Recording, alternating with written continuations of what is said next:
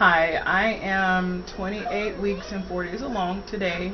I will be 29 weeks on Saturday. So I will give you a little update as far as what's been going on in the last 2 weeks. The only thing that's new is that I did the gestational diabetes screen last Saturday and I didn't want to do it. Um, I haven't done my research about it, and I guess it only affects about 7% of pregnancies, and then if it's on the lower end, it's diet controlled. And my diet is already reflective of a diabetic's diet. I have been over 100 pounds overweight before I got pregnant, and I lost 70 pounds up to the point of getting pregnant. So I was still 30 pounds overweight, but in that year prior to me getting pregnant, I've been studying nutrition, and I have been following a diabetic diet, which is basically eating frequently so that your blood sugar remains level, and the things that you eat, like not overloading on sugar, which spikes your blood sugar. And anyway, I've been eating a diabetic's diet already. Like Weight Watchers is a diabetic's diet. There's a lot of those popular big name, brand name diets that follow that way, because that's the way all of us should eat anyway. I've never had diabetes, and I don't know, I didn't want to do it, but I did it anyway, just to appease everyone, I guess, and it was horrible. So I had to do the 3-hour one, which means I had to come in from fasting 10 hours. So I just ate my last thing at 9 o'clock p.m. and then I went there at 9 o'clock in the morning. So that was 12 hours that I hadn't eaten, because I slept through the night. Usually when I get up to go use the bathroom in the middle of the night, I'll pop in a handful of almonds, or I'll eat a small piece of meat or something, some protein, throughout the night. I never go more than 3 or 4 hours without eating, and that includes through the night. And it helps me not to overeat, and that helped me lose the 70 pounds before. So anyway, I didn't do that, so I woke up starving and feeling weak already, and then they took my blood, and then they gave me that sugar, which made me feel horrible. And I don't eat sugar anyway, because I don't have a sweet tooth. I am a salty snacker. I like chips and salty things, salty crunchy. So, and then during this pregnancy, I've actually had an aversion to sweets. So, like, it would make me sick when my husband would brush his teeth and then come and kiss me, and I would say, you need to wait a couple hours after that sweet smell is out of your mouth. But anyway, so I've had an aversion to sweet anyway, so I had to drink that sugary drink, and I was a mess. I was laying out in the waiting room. I had to wait. They took my blood the first time. I had to wait an hour after drinking that sugar.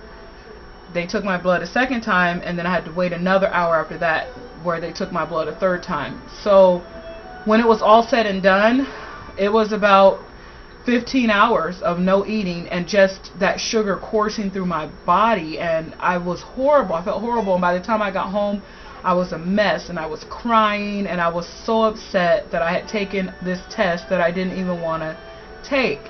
If I had gestational diabetes on the higher end that needed to be controlled with insulin shots, then yeah, I wanted to know so that I wouldn't have any adverse reactions or any negative things happen to the babies or to myself. But I just believed in my heart that I didn't have it, but I didn't trust my gut.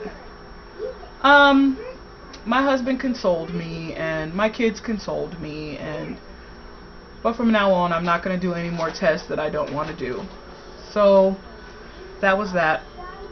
I have another appointment next week, a couple days before I'm 30 weeks. 30 weeks is my second milestone, and I've set milestones along the way with this pregnancy, and my first one was at 25 weeks, and my second one is 30 weeks, and then they get closer together, where I'm just going to focus. I'm going to make it these next 2 weeks, hold these babies in, and be very healthy and focused. So the next thing I wanted to talk about is, because I am in my third trimester, I have done everything to focus on the labor and delivery.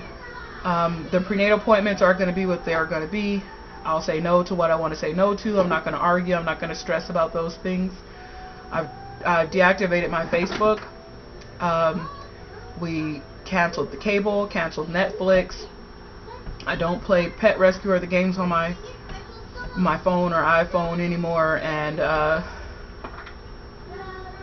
I spend my extra time praying. I spend my extra time visualizing the birth that I want to have, and also doing my hypno babies so that I can be prepared for this marathon that I'm getting ready to run in a very short time. So I fully plan on going full term. I fully plan on going full term. I'm not gonna give birth to these babies early. So around August, end of July, early August, I'm due August 9th. I also wanted to say that in the last video I had applied to the Sanctuary's nonprofit portion of their business to see if I can give birth there for a portion of the cost. It would be $11,000 if I wanted to just pay, and I don't have that kind of money. So I'm waiting to hear back from them still. And I also made my birth preferences, and it's very short and sweet and to the point. And I watched The Business of Being Born Part 2, and somebody on there, I can't remember which actress it was, but somebody on there said, it's not my job to be a good patient. And that really struck home with me, because in all of the birth plans that you see, they're always kind of catering to the doctors and nurses and say it this way and be, super sweet this way. But I just put my preferences on there cut and dry. So some of them are, I'm not going to have an IV. I'm not going to have continual electronic fetal monitoring. I'm not even going to have a saline lock or hep lock. I don't want them really to touch me at all. No episiotomy, that's a given. I'd rather tear. I want them to use warm compresses on my perineum. I actually want my husband or my doula to do that. I don't really want them to touch me. I want the lights dimmed, and if they come in, I want them to be quiet. I'm not allowing any cervical checks to check my dilation or any of that. We're bringing our own towels from home, and when the babies are born, then they're placed on those towels, and either Kevin or my doula will be drying the baby off so that they do it gently and not all that rough rubbing that the nurses do to try to get the babies to scream. No suctioning of my babies, no eye drops, no anything to the babies until I deem it's necessary. Which means I want them on me immediately, and they'll be with me for the first couple hours while I get breastfeeding established. And then if they want to check anything on the babies, like their weight or any of that, then they can check that at that point. But they're not going to take the babies from me at any point for any reason, unless it's medically necessary that they go away from me. But for the routine checks and all of that, that can wait. I'm not going to bathe the baby. If the babies are born with vernix on them, they're not going to take that off. Both my other babies were not born with it, so I don't know if these two will be or not. All of these things are not just things I'm doing because I'm just doing them. I have read and read and read and read, and I have been reading and researching for the last 5 years, since I was pregnant with my very first baby. And two of my favorite websites are evidencebasedbirth.com. I love that website. It's unbiased, evidence-based practices.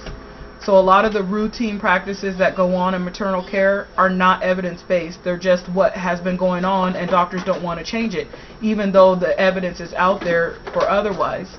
So I like that website, and then another one I like is improvingbirth.org. So they're kind of along the same lines. And there are some others, but those are my two favorites. Lastly, I need to get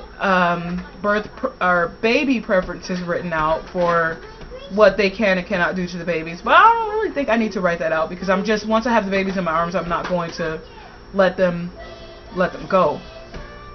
I've never seen my placentas with my other two babies. I was never even offered that or asked that. I didn't even think about it.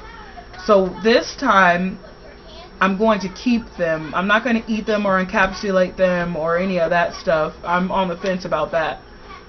But what I did see is a woman take the placenta and she laid it out, and then she took the umbilical cord and straightened it out, and then at the bottom she made the bottom of the umbilical cord like a bow. And then she took a big piece of, I don't know what kind of paper it was, and pressed down on it, and then when you turn it over, it's a tree. And I thought that was so cool, and I wish I had seen it before so that I could have done it with my other two children, and I could have the tree of life for all of them. And I thought that was so cool. So my boys have their own placentas and umbilical cords, so we'll see if they don't fuse, then I can have two. But if they do fuse, then I can still do the same thing with two tree trunks, so to speak, coming from the one big placenta. So I'm going to take a cooler with me and have that in my birth plan and have that verbally expressed to them, not to contaminate my placenta, because I'm going to be taking it with me. Also, speaking of the placenta, I'm not going to allow them to pull on it or to massage my abdomen to try to get it to come out. They're going to be hands off and just let my body birth it, because my body will birth it. Also, I'm not going to let them just routinely give me a shot of Pitocin to stop bleeding after the birth. If I'm bleeding, give me the Pitocin right away, but don't give it to me just because it's routine and you think I might bleed. So that's basically where I'm coming from. Like I said, I have an appointment next week. I'm interested to see when the appointments start to go to every week. I feel like even these appointments every 2 weeks are a lot, because nothing's really changing. And that's that. I'll keep you guys updated. I'm going to do a video every 2 weeks since it's getting closer and I'm getting so excited. Bye, guys.